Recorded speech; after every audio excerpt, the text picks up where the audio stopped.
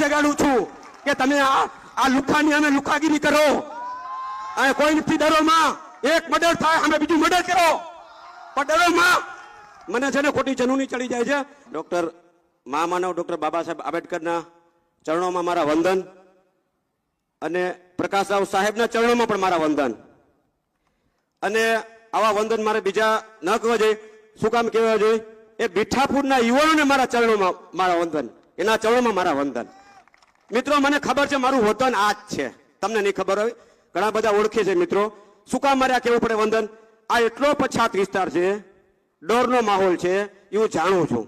આજથી 40 વર્ષ પહેલા મારો પરિવાર 40-45 વર્ષ મારો પરિવાર જામનગર સેટ થયો છે. મારો પરિવાર બધો કર્મચારી છે, મારા સિવાય પરિવારના વિરુદ્ધમાં છું. શું કામ? પરિવાર સક્ષમ છે, પણ હું અહીંયા મારી જોઉં છું ને મારો પરિવાર જ સમજુ છું. મને ખબર છે કેટલા માર ખાય છે, કેટલા અત્યાચાર થાય છે, દુકાનોમાં જવા નથી દેતા કોઈ, ફૂલ અભરછટ અત્યાચાર છે. તો આ તો ખરેખર સામાન્ય વાત નથી, લેટર પેડમાં લખ્યું છે.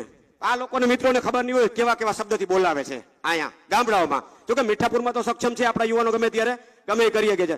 મિત્રો હું સોશિયલ મીડિયામાં અમુક જ ફેસબુકના માણસોને આંતર કરું છું, પણ આપણે જે કામ કરીએ છીએ ને એ નથી ચલાવતા. નજીકનું ગામ છે પટેલકા. પટેલકા ગામે પાણીના માટલા અડગ, ધંધા નહીં આપવાના. રાતે દિવસે મારા જેવા આગેનો 2-5 જણા જાય અને પૂરું કરી આવે.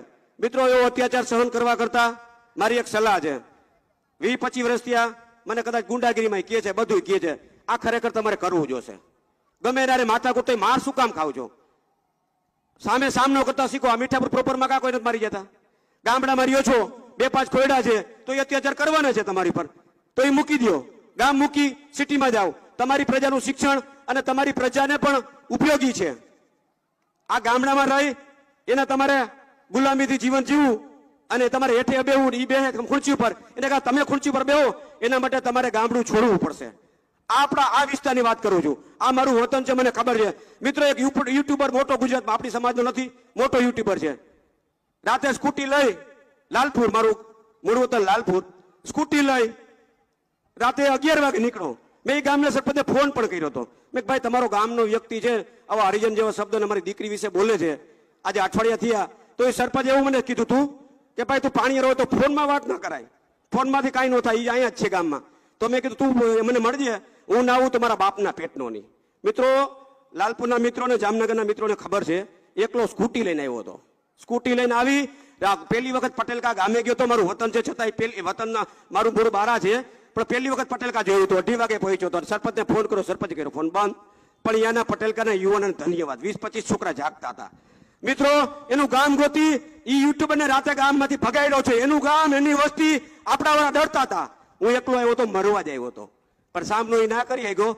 અને રાતે સવારે 4 વાગે ભાઈ સાહેબ મારું આમાં છે ને આમ છે ને, એ યુટ્યુબર આ વિડીયો જોઈને એને પણ શરમ આવશે. એ બધાને ધમકાવે છે, એનું બહુ મોટું નામ છે, પણ એને હું એકલો ધમકાવીને વયો ગયો.